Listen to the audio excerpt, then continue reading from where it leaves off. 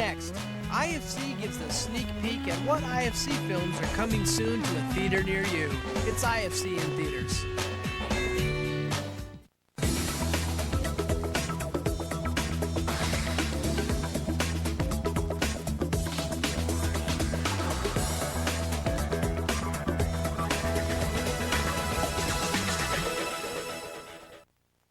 You want to know why soccer is the world's greatest sport?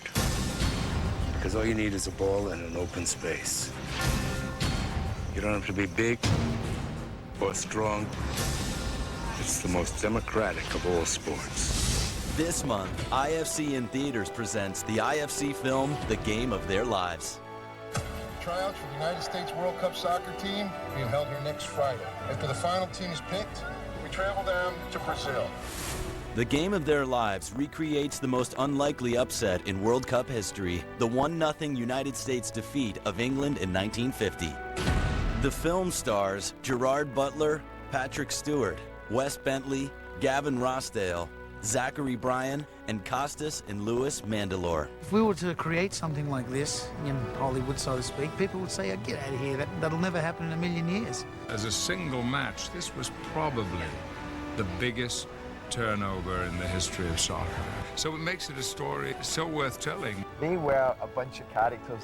They were crazy. They were a wonderful bunch who didn't all get on. You know, they had a lot of problems between them, but they came together, and for that one magical 90 minutes, they beat the best team in the world. The Game of Their Lives was directed by Hoosiers and Rudy director David Anspaugh. This movie is about a group of guys from St. Louis. It's a true story, based on a true story. Most of them World War II vets back from the war. They were sons of primarily Italian immigrants.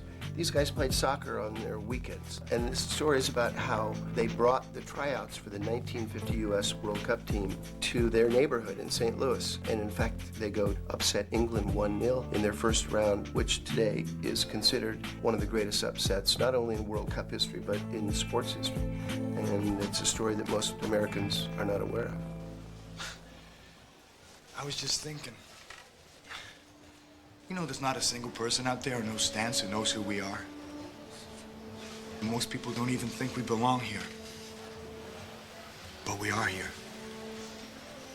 And we're about to go out there and play the best team in the world. No one expects anything from us in this game. Not a thing. But I think deep down, we all know we're worth just a little bit more than that. Not many people will ever get the chance that we're getting today. So let's just make sure of one thing. That after 90 minutes, they know who we are. Right? All right. Director David Anspaugh re-teamed with screenwriter and co-producer Angelo Pizzo, who he previously collaborated with on Hoosiers and Rudy. We have a very complimentary relationship. We both grew up in small towns in Indiana and are the same age, went to our roommates in college. We have a shorthand that it really is helpful in making films. My intention early on was, I knew we weren't going to be making another Hoosiers or Rudy. We just didn't have the budget. It wasn't going to be as much about character as the other two movies were. This was more a sports film. No more, no less. Nothing wrong with that. A very entertaining film for kids and families.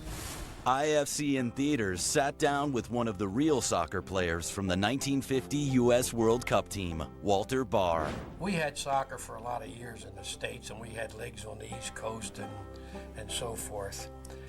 I played professionally for almost 25 years. I started with $5 a game, and the most I made was $50 a game. So nobody ever made enough money to really be considered a professional. This team was a collection of players that started with the Olympic team. Everybody had a job, and they played on the weekends. The British at the time were considered the kings of football, so there was no question who the favorite was, and there was no question as to the underdog.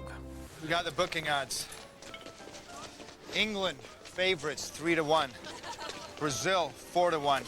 Italy, 6-1. Spain, 8-1. The only team that's not even listed is us, the U.S. Like we don't exist, right? How can anybody even bet on us? They also have the odds in every first-round match, except the game we play with England. That's off the boards. In the film, Walter is played by American Beauty star Wes Bentley. I'm playing Walter Barr. He was the captain of the team, headstrong, kind of stiff. Needed to pull a team together in a short amount of time and take them to the biggest sporting event in the world. Walter Barr, and this is Frank Borgi. I know you. Yeah, you're that man. Yeah. Here for revenge? Yeah, well, not right now, but we're actually going to ask you to be on our team. What team is that? It's the United States World Cup team. Is there such a thing? Well, it's been put together pretty quickly. That's why we need you. You can adapt to any style of play. Yeah? Yeah. I'm in. Yeah? All right, Joe, I'm in.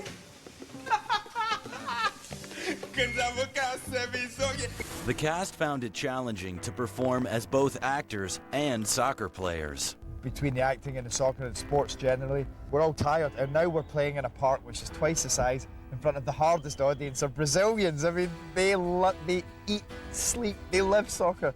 And I'm not a goalkeeper. And I keep wanting them to get on the loudspeaker and say, he's an actor, just give him a break, he's trying his best. I'm coming in as an actor. I don't have that level of soccer security, I guess you'd say, and I have to work really hard to get to any level to be on the same field with them. For rocker Gavin Rossdale, it was the instant gratification of an adoring audience that he missed the most. It's quite difficult to just film into the void. You know, you act or you perform into the void, whereas I'm used to immediate feedback from a crowd.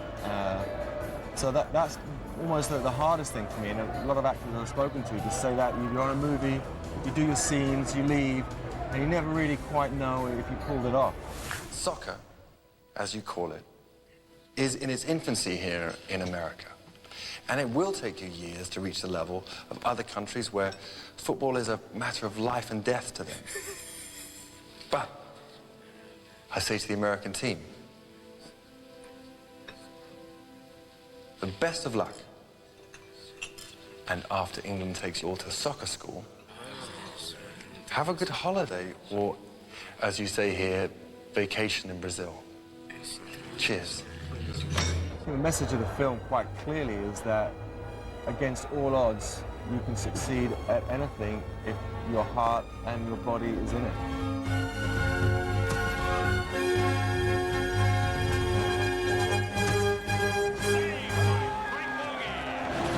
The game of their lives, in theaters now. And out now on DVD, the IFC film Metallica, Some Kind of Monster, winner of Best Documentary at this year's Independent Spirit Awards. Metallica, Some Kind of Monster, Joe Berlinger and Bruce Sinofsky. You know, first of all, I want to thank Metallica. Of course, the incredible job that IFC did distributing this movie and bringing it to everyone's attention. That was cool. I don't know, I guess the playing part, being in the room, and then mainly being in the room with Lars, playing music together, I guess I had higher expectations, and I'm not enjoying being in the room with you playing.